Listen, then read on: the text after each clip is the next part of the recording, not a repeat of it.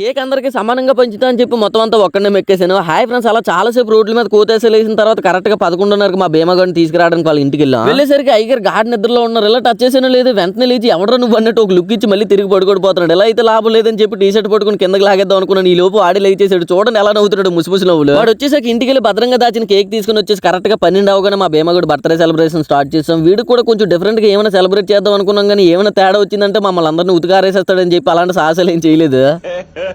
క్యాన్లు ఎలా ఆరిందో లేదో మా ఓన్ క్రిస్మస్ తాతలో రెడీ చేసేద్దాం ఫిక్స్ అయిపోయి ఎక్కడ గ్యాప్ లేకుండా స్ప్రే కొట్టేసా. ఇంకా సేపు మా దగ్గర ఉంటే ఊపిరి ఆడకుండా పైకి పోయేలా ఉన్నానని చెప్పి కేక్ పక్కనట్టు పారిపోయాడు. వాడు స్ప్రే తుడుచుకున్న గ్యాప్ లోనే నేను కేక్ పైన ఉన్న చెర్రీ పళ్ళన్నీ ఖాళీ చేసాను. ఆ తర్వాత మళ్ళీ మనకు దొరికితే లేదా అని ప్రతిసారి కేక్ దగ్గరికి వచ్చేసరికి నన్నే బక్రా చేసేవారు. కానీ ఈసారి అలా కాకుండా తెలుగుగా ప్లాన్ వేసి అందరికీ సమానంగా పంచుతాను కేక్ తీసుకుని ఒకసారిగా పరిగెట్టి వెళ్ళిపోయిన. అప్పుడు మా వాళ్ళు మొక్కలు చూడాలి.